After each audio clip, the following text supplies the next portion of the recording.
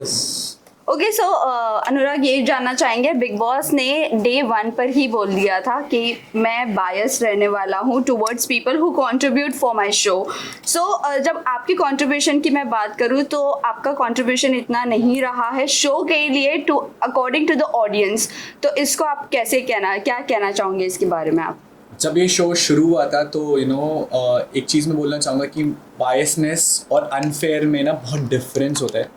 जब ये पहले हफ्ते में शुरू हुआ था तो हम लोगों ने अब तक बिग बॉस को एक रियलिटी शो के नाम से जाना गया है एंड लोगों का एक विश्वास है कहीं ना कहीं यहाँ पर एक रियलिटी दिखाई गई है लोगों की। अब तक के जितने भी सीज़न गए हैं उनमें जो रिश्ते बने वो बहुत ऑर्गेनिकली बने। किसी का कोई लव एंगल बना है या फिर किसी को किसी के लिए फीलिंग्स थी तो वो कहीं ना कहीं एक ऑर्गेनिकली डेवलप हुई है। बट इस सीज़न जब ये सीज़न शुरू हुआ था तो उस सीज़न में मैंने वो आवाज़ उठाई थी फॉर माई पॉइंट कि क्या ये कपल शो है। उस पॉइंट से मुझे वो फॉर्मेट नहीं पसंद था जो मुझे दिख रहा था उस टाइम पे। मैंने जो फील करा मैंने वो सब लोगों के सामने कॉल आउट करा वो चीज़। अगर आपने वो 24/7 वाली लाइव स्ट्रीम्स देखी है ना जो मेरे कट्टर ब्रो सेना ने या जो मेरे फैन बेस 2400 घंटे मेरे लिए देखते रहते थे मेरे को, तो आपने फॉर श्योर मैं वो जर्नी देख करके आया हूँ, मैं वो जर्नी जी करके आया हूँ कि मैंने अपना 1000% दिया है।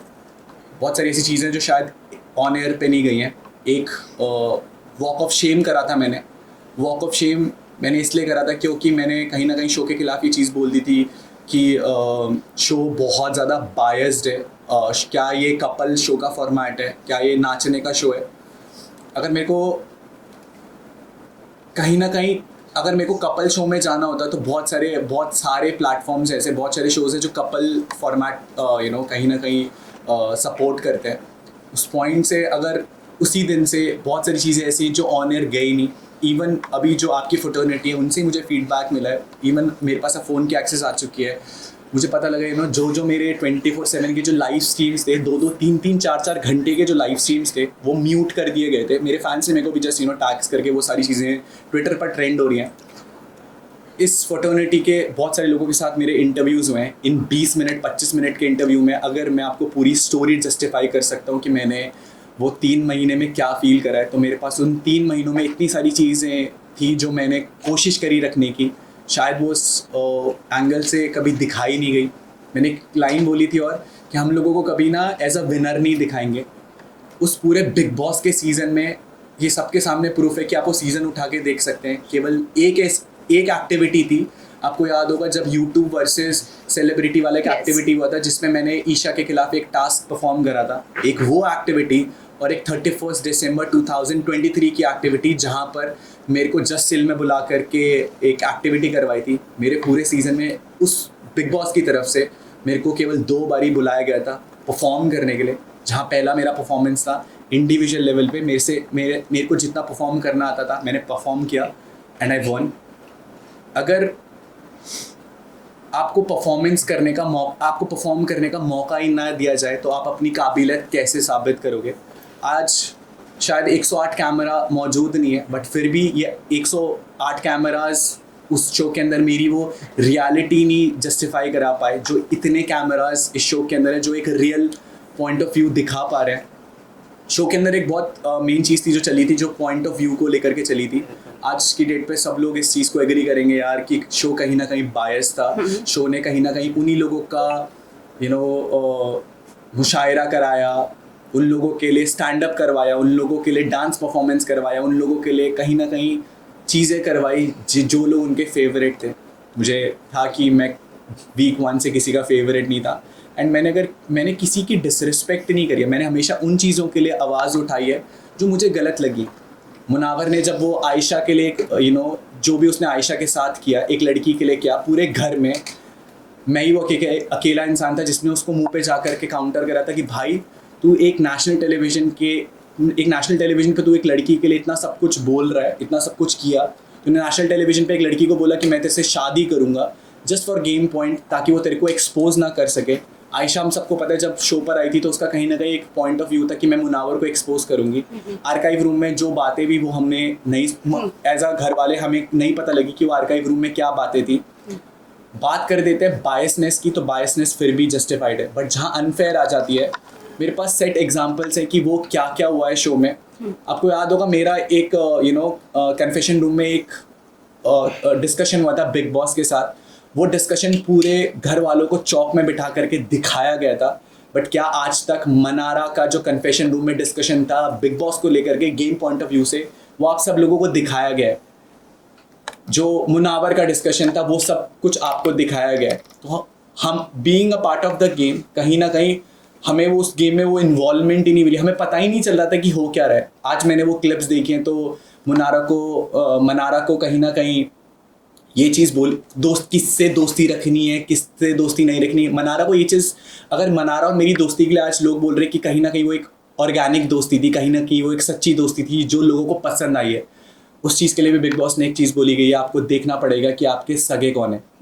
मेरे पास ऐसे लाखों एग्जाम्पल्स है जहाँ पर कॉर्नर साइड लाइन करने की कोशिश करी गई। क्या आपको लगता है कि मैंने वो 3 महीने कुछ नहीं बोला होगा या मैंने कुछ भी परफॉर्म नहीं करा होगा? मैंने हर एक चीज़ परफॉर्म करी है। वो 24/7 की लाइव सीन में वो क्लिप्स हैं, बट मुझे लगता था यार मैं इतना सब कुछ कर रहा हूँ, इतना सब कुछ बोल रहा हूँ, बट उसके बावजूद भी लोग आकर के मेरे को ये बोलते थे कि यार कि तू कुछ नहीं कर रहा है। घर के बाहर लोगों को दिखा है।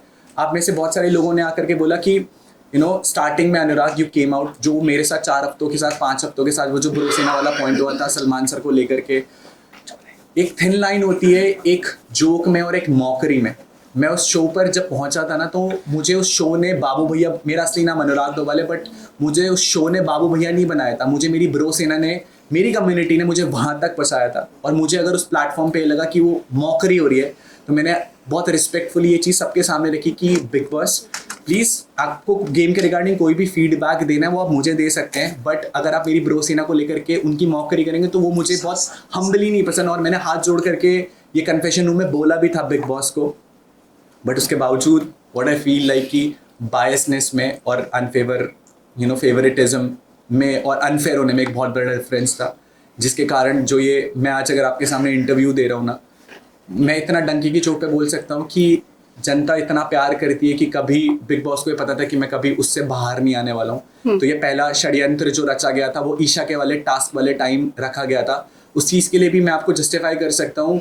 जब आपको याद होगा जब मैंने वो बोल फोड़ा था, इमोशनली मैं बहुत हाई था उस टाइम पर, क्योंकि किसी ने मेरी बहन के बारे में कुछ चीज़ बोली थी, मैंने किसी का गला पकड़ लिया। मैं रियल लाइफ में शायद वो इंसान नहीं हूँ कि जो इतना इमोशनली हाई हो जाए, क्योंकि मुझे पता है मैं उस चीज़ को बहुत ईजीली तरीके से डिफेंड कर सकता हूँ। बट जब नेशनल टेलीविजन पे कोई ये सारी चीज़ें करेगा तो मैं चुप रहने वाला नहीं था। My whole point of saying is that कि अनफेयर हुआ, प्लान्ड इविक्शन था, मेरे को निकाला गया। उस टाइम जब ईशा ने वो डिसीजन फ्लिप कर दिया तो वो बिग बॉस की जो चाल थी वो पूरी नहीं हो पाई। बट सेकेंड टाइम मैं भी नहीं जीत पाया और मैं हार करके बाहर आ गया। सो फर्स्ट पॉइंट आपके लिए, आपने कहा कि कपल गेम के लिए आप कहीं और जा सकते थे, कोई और शो के लिए आप जा सकते थे। आपको ये पता नहीं था कि इस बार कपल वर्सेस सिंगल होने वाला है। फर्स्ट ये सब जगह न्यूज़ में था, this season will be couple versus single. और दूसरी बात, आपने कम्युनिटी की मैं आपको बात करूँ तो आपने शुरुआत में कहा था कि हम 3 यूट्यूबर्स यहाँ पर जोकर बनकर रह गए हैं। और मैं आपको कहूँ कि 90% ऑफ योर कम्युनिटी आपको खुद को ट्रोल किया है। तो आप ये दोनों पर आप क्या कहना चाहोगे? जब हम लोग एक कम्युनिटी का नाम लेते हैं ना, तो पहले आप कपल वाली बात को। बिल्कुल। आपका क्वेश्चन क्या था? कपल वर्सेस सिंगल था ये शो। पता है आपको, जब मैं शो में जा रहा था तो बहुत सारे लोगों के नाम आए थे कि यार ये लोग भी जा रहे हैं, ये लोग भी ऐसा होगा वैसा होगा। उस टाइम हम लोग को, मेरे को कॉन्ट्रैक्ट के साथ, मैं जिस कंपनी के साथ ये कॉन्ट्रैक्ट कर रहा था, जिस चैनल के साथ मेरा वो शो था, मेरे को वहाँ से कुछ ये फीडबैक नहीं था।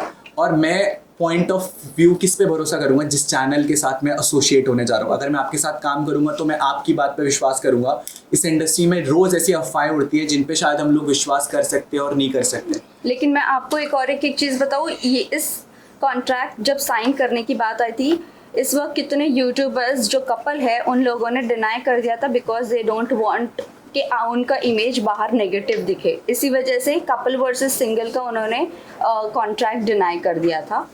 जब कॉन्ट्रैक्ट साइन करते हैं ना मैम, तो उसमें एक NDA भी रहता है। तो जिसके साथ भी वो कॉन्ट्रैक्ट, आपको ये चीज़ें इसलिए पता है क्योंकि आप बाहर थे।